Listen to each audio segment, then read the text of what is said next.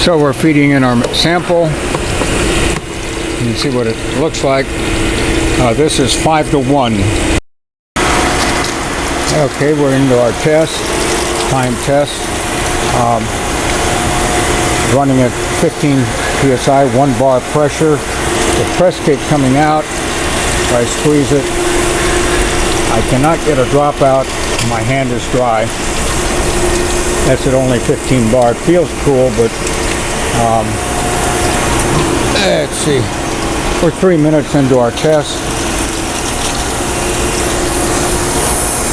Important thing is cake is coming out all the way around here.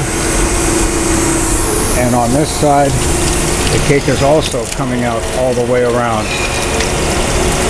I was afraid maybe it was channeling out from one side, but that's not occurring at all.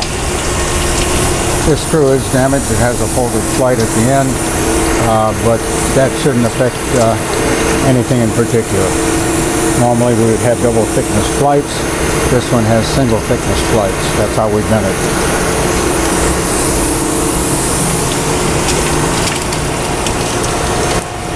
.150 micron screen.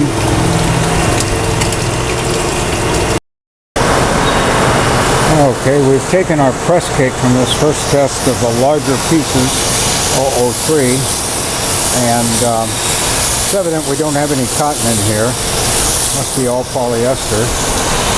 And so this is, without really doing any measurement, we're adding water, and we're going to run at 4 bar pressure instead of 1 bar pressure, so we'll have a sample of press cake to see what difference it makes between 1 bar on our test and what would have happened if we'd had 4 bars.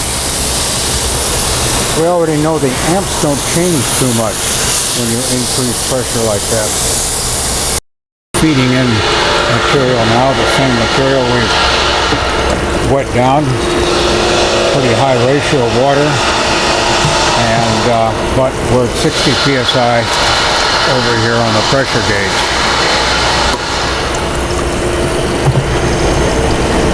Cake's coming out pretty well. I'm going to run a time test. This is our final test of the day. This is the short fiber. We've wetted it down without measuring water content. We're feeding it this time at 60 psi, 4 bar, and we'll get a capacity on this test and press cake moisture content.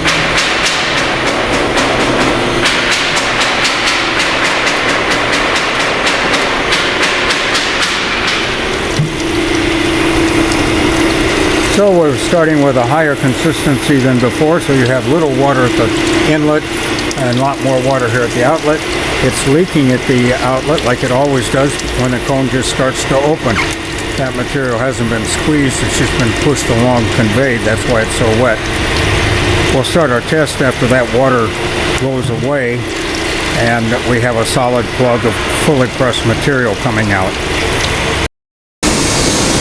Okay, we stopped the press through the switch with it in full operation, and then unbolted the screen.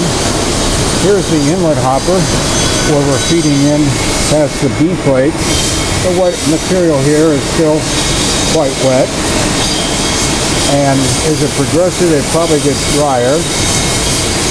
Still wet.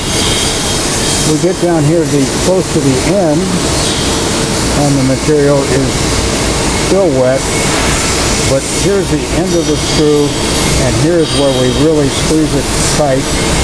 The material that was here, this material fell off, so it wasn't squeezed that tight. The material fell here, not that tight. Going to the other side of the press, looking at it here, here's my inlet. And the material coming in the inlet is quite wet, and should be a little drier by the time it gets here. Okay, I'm not getting any water out. And by the time I get down here where I'm packing into the screw, this should be relatively some water, But you can bet when I take my press cake, it is dry. Not a drop will come out. Okay, note that our spin stop are holding fine, but we folded this flight. See how it bent it is? It used to be straight out here where my finger is. We're going to leave that damage the way it is. Normal, well, on a heavy-duty thing like this, we would have a double thickness flight right here to give it more strength.